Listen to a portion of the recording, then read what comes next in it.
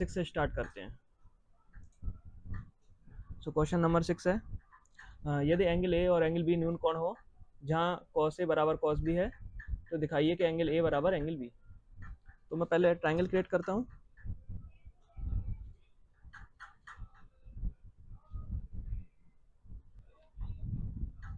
A B और सी।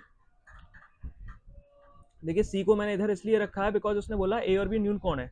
अगर ये दोनों ए और बी न्यून कोण है तो मेरे को ये इधर ही रखने पड़ेंगे बिकॉज सी 90 डिग्री समकोण बन जाएगा, इसलिए। ठीक है, अब देखो ये दिया हुआ है ना cos ए बराबर cos बी, cos ए बराबर cos बी। ठीक है, अब एंगल ए है तो cos ए क्या होगा, अगर मैं लाल बटे कक्का में देखता हूं तो देखो आधार बटे कर्ण। ठीक है, अब अगर मैं ए को एंगल ए की तरफ से देखता हूँ cos ए, ठीक है, तो ए के हिसाब से लंब ये हो जाएगा मेरा BC, कर्ण तो ये फिक्स है ही। ठीक है, ये लंब और ये आधार। अगर मैं एंगल ए के हिसाब से देखता हूँ तो ओके, तो आधार यानी कि AC बटे कर्ण AB, cos से हो जाएगा AC बटे AB। अब cos B की बात करते हैं। अगर मैं एंगल B की तरफ से देखूं तो लंब मेरा अब ये हो जाएगा, ठीक है, और आधार मेरा ये हो जाएगा यानी कि BC बटे AB।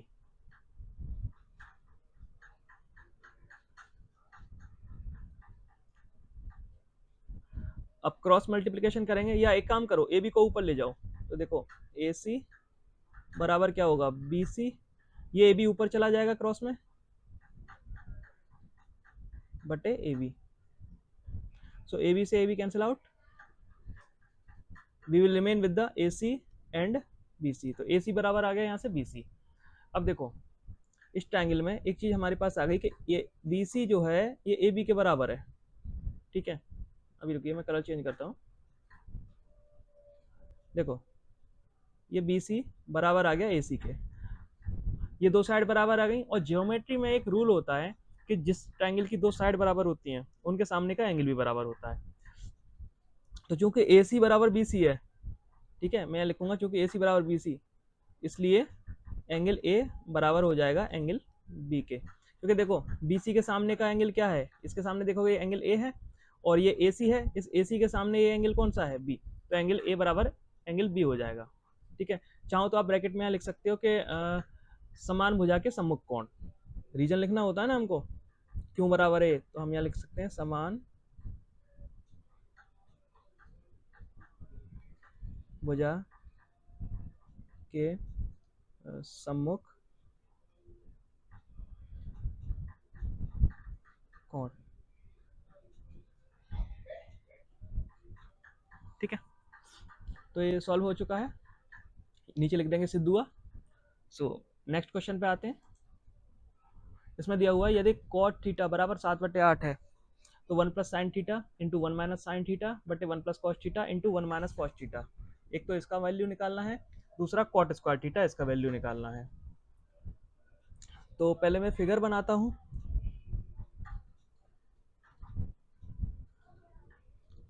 ये मेरा थीटा एंगल हो जाएगा। ठीक, ABC कुछ भी नाम दे दो इसको।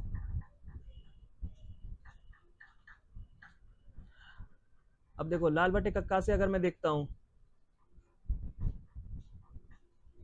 तो कॉट थीटा हो जाएगा आधार बटे लंब, यानी कि ये मेरा आधार है, ये मेरा लंब है। तो 8 मेरा लंब हो गया और आधार मेरा हो जाएगा 7। अब मैं इसमें पाइथागोरस लगाता हूँ। तो जब मैं इसमें पाइथागोरस लगाऊंगा तो AC स्क्वायर बराबर AB square plus BC square.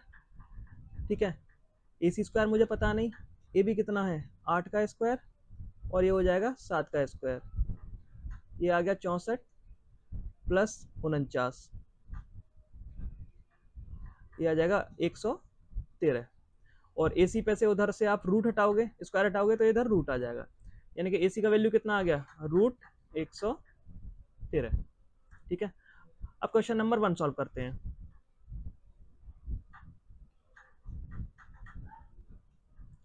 ये देखो 1 plus sine theta into 1 minus sine theta. अगर मैं इन दोनों का गुणा कर लेता हूँ तो ए प्लस बी ए माइनस बी यानी कि 1 माइनस साइन स्क्वायर थीटा बन जाएगा, और यहाँ 1 plus cos theta 1 minus cos theta, ये 1 माइनस कॉस स्क्वायर थीटा हो जाएगा।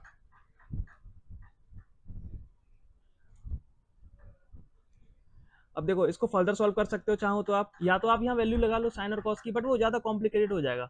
इससे अच्छा 1 minus sin square theta cos theta होता है, कॉस स्क्वायर थीटा होता है, और 1 माइनस कॉस स्क्वायर थीटा ये साइन स्क्वायर थीटा, ठीक है। और कॉस बटे साइन, इसको आप एक साथ लिख सकते हो इस तरह से, ये स्क्वायर एक बार कॉमन निकाल लो, या एक तरह से ब्रैकेट के ऊपर एक बार में लिख सकते हैं। देन कॉस बटे साइन क्या हो जाएगा, कॉट स्क्वायर,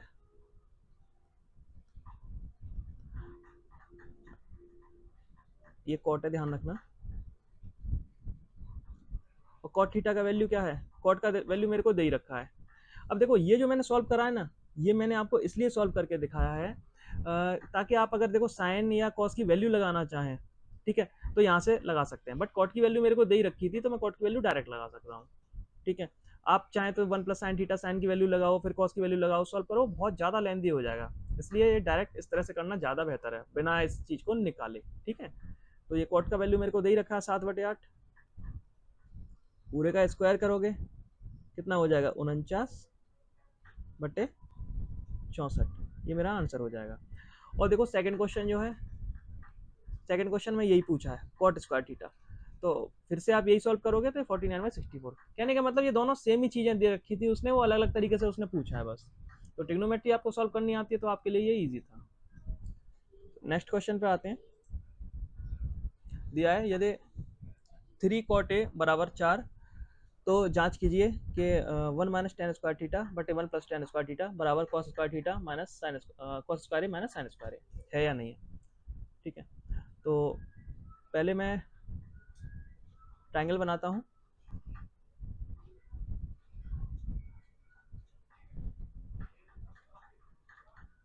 ये मेरा ए बी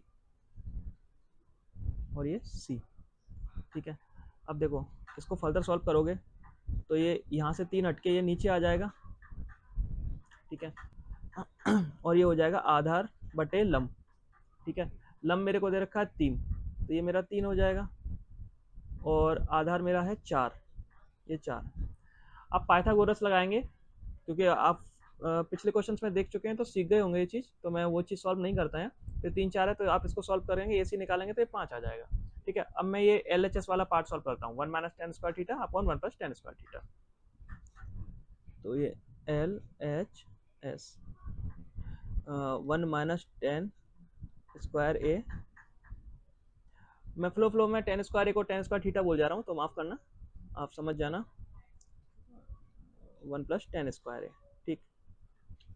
अब देखो 1 माइनस टेन ए का वैल्यू आप डायरेक्ट यहाँ से निकाल सकते थे, 4/3 का उल्टा करिए 3/4 हो जाएगा, बिकॉज कॉट का उल्टा 10 होता है, सो 3/4 इसका होल स्क्वायर बटे 1 प्लस 3/4 का होल स्क्वायर। फर्दर सॉल्व करेंगे तो देखो 1 माइनस 9/16 अपॉन 1 प्लस 9/16,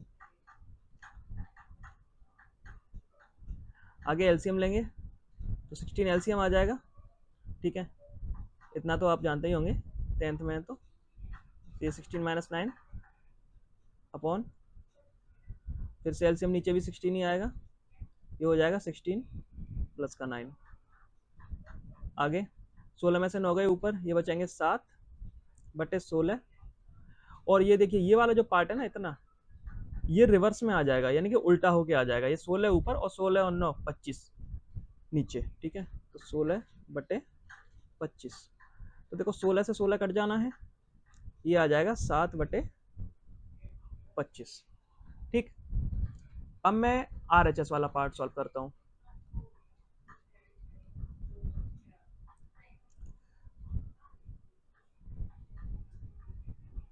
ये दे रखा है मेरे को cos square A minus sin square ए, ठीक है। अब देखो कॉस का वैल्यू क्या होता है, आधार बटे कर्ण, आधार है 4 और कर्ण है 5, तो 4/5 इसका होल स्क्वायर माइनस साइन ए लंब बटे कर्ण यानी कि 3/5,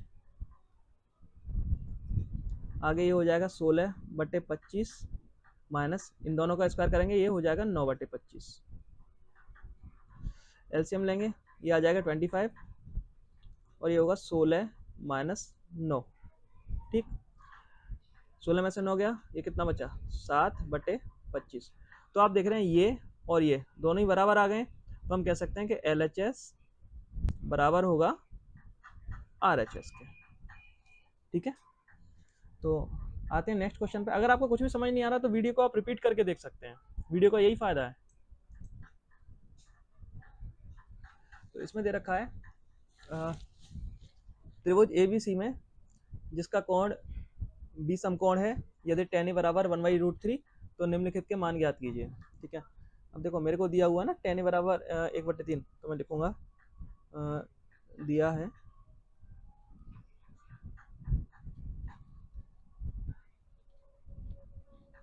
tan a बराबर 1/√3, तो tan में 1/√3 कितने पे आता है, तो अगर आपने टेबल याद करी है तो ये tan 30 पे आता है, ठीक है। सो यहाँ से a की वैल्यू क्या आ जाएगी, a की वैल्यू अगर हम कंपेरिजन करेंगे तो ये आ गई 30, ठीक है। बट पेपर में 10 से 10 काटते नहीं है, ध्यान रखना, ये ऐसे ही लिखा जाता है a बराबर 30। अब देखो अगर मैं ट्रायंगल बनाता हूँ, ठीक है। अब देखो क्वेश्चन में उसने पहले ही बोला है कि b समकोण है, अगर b समकोण है तो b यहाँ आएगा, a को मैं यहाँ लिख सकता हूँ या यहाँ भी लिख सकते हो, बचा c इधर आ जाएगा।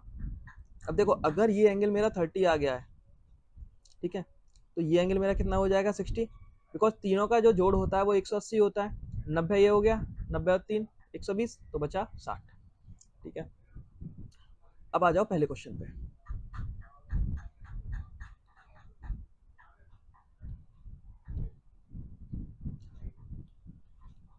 इसमें मेरे को दे रखा sign A cos C plus cos A sign सी, ठीक है। तो sign A cos B plus cos A sine B वाली फॉर्म बन रही है, ये एक फॉर्मूला होता है, आप बुक में देख सकते हैं साइन ए प्लस बी का, तो उस हिसाब से ये फॉर्मूला बन जाएगा साइन ए प्लस सी का, ठीक है। तो साइन सॉरी मैं भूल गया, मैंने लास्ट लेक्चर में बोला था कि मैं इस लेक्चर में आपको फॉर्मूले प्रोवाइड कराऊंगा, बट भूलवश वो ध्यान नहीं रहा, तो उसके लिए माफ़ी चाहता हूँ। मैं नेक्स्ट लेक्चर जैसे कि 8.2 बनाऊंगा इसका, तो स्टार्टिंग में ही आपको मैं फॉर्मूले दे दूंगा एक इमेज फॉर्म में, उसका आप स्क्रीनशॉट ले लेना, ठीक। तो देखो साइन ए प्लस सी, तो ए का वैल्यू कितना निकला 30 और सी का है 60, तो ये कितना हो जाएगा साइन 90, और साइन 90 का वैल्यू कितना हो जाएगा 1। अब ये नहीं है कि आप साइन ए कॉस सी सबकी वैल्यू निकाल रहे हैं और फिर इसमें लगा रहे हैं, वो एक वाहियात तरीका है, बहुत लेंदी है, आप इसी तरह से कर सकते हैं, पेपर में पूरे नंबर मिलेंगे इसके। अब दूसरे क्वेश्चन की बात कर लेते हैं इसका। देखो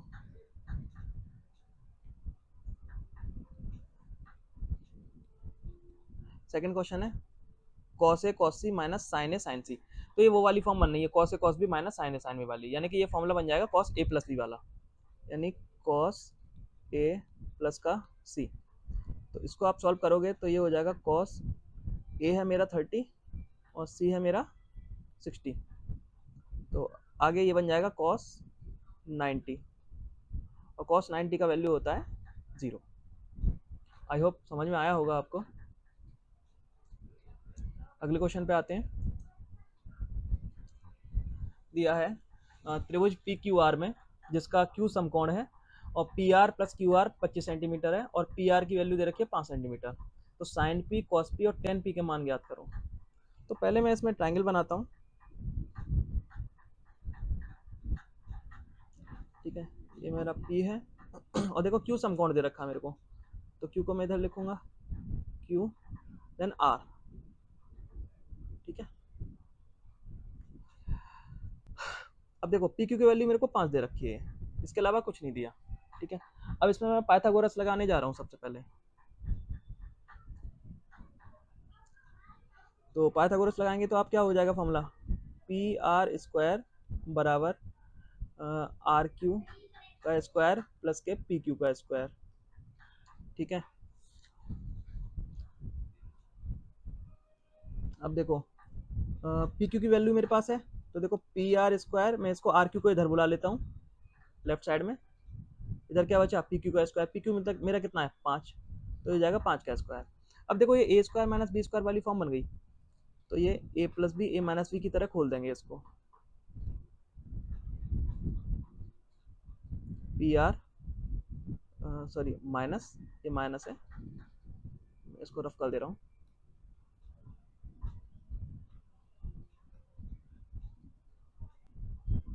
माइनस आर क्यू बराबर ये हो जाएगा 25। अब देखो ये मेरे को पी आर प्लस के क्यू आर की वैल्यू दे रखी है, कितनी है 25, तो इसकी जगह मैं रख देता हूँ 25, और ये हो जाएगा पी आर माइनस के आर क्यू बराबर 25। ये 25 को आप नेक्स्ट लाइन में नीचे लेके जाओगे डिवाइड में, तो 25 से 25 कैंसिल आउट हो जाएगा, ये क्या बचेगा P R minus R Q बराबर 1। ठीक है, अब देखो इसको आप समीकरण 1 मान लेना, ये जो दे रखा है ना इसको समीकरण 1। ठीक है, मैं उतना लिख नहीं रहा हूँ, और ये हो जाएगा समीकरण नंबर 2। अब दोनों को समीकरणों को आप सॉल्व करेंगे। ठीक है, तो समीकरण 1 और 2 को सॉल्व करने पर तो क्या रिजल्ट मिलेगा, मान लो मैं समीकरण 1 को इसके नीचे लिख लेता हूँ, पी आर प्लस के क्यू आर या आर क्यू एक ही बात है बराबर 25। अब मैं दोनों को जब जोड़ता हूँ तो देखो ये प्लस माइनस कट जाएगा, ये हो जाएगा 2pr, तो 2pr बराबर कितना हो जाएगा, ये 25 और 1 26, तो pr यहाँ से कितना निकल के आएगा 26/2 यानी कि 13। ठीक, pr की वैल्यू मेरे पास कितनी आ गई 13। ठीक है, 13 आ गई। अब या तो आप पाइथागोरस लगा सकते हो, यहाँ से पाइथागोरस लगाओगे तो ये 12 निकल के आ जाएगी आर क्यू, क्योंकि 5 12 13 का टपलेट होता है, आपको याद भी होना चाहिए, ज़रूरत पड़ती है कभी कभी ऑप्शन वाले क्वेश्चन करने में। या फिर अब देखो एक बार आपने जोड़ा, एक बार आप इसमें से घटा दो। ठीक है, जब मैं माइनस करूंगा, या एक चीज़ और है, पी आर का वैल्यू आप किसी में रख दो, मान लो पी आर का वैल्यू ये समीकरण 1 है ना, पी आर का वैल्यू मैं समीकरण 1 में रख देता हूँ, तो देखो इसमें जब मैं रखूंगा पी आर का वैल्यू तो कितना हो जाएगा 13 प्लस क्यू आर बराबर 25, और क्यू आर यहाँ से निकालेंगे तो 25 माइनस 13, ये कितना आ जाएगा 12। ठीक है, तो क्यू आर आ गया मेरे पास 12। अब मुझसे क्या पूछा है वो निकाल देते हैं। देखो मेरे से पूछा साइन पी, साइन पी लंब बटे कर्ण यानी कि 12/13। दूसरा मेरे से पूछा है कॉस पी, आधार बटे कर्ण यानी कि 5/13, और टेन पी लंब बटे आधार यानी 12/5। तो ये तीनों मेरे आंसर हो जाएंगे। ठीक, आते हैं अगले क्वेश्चन पे।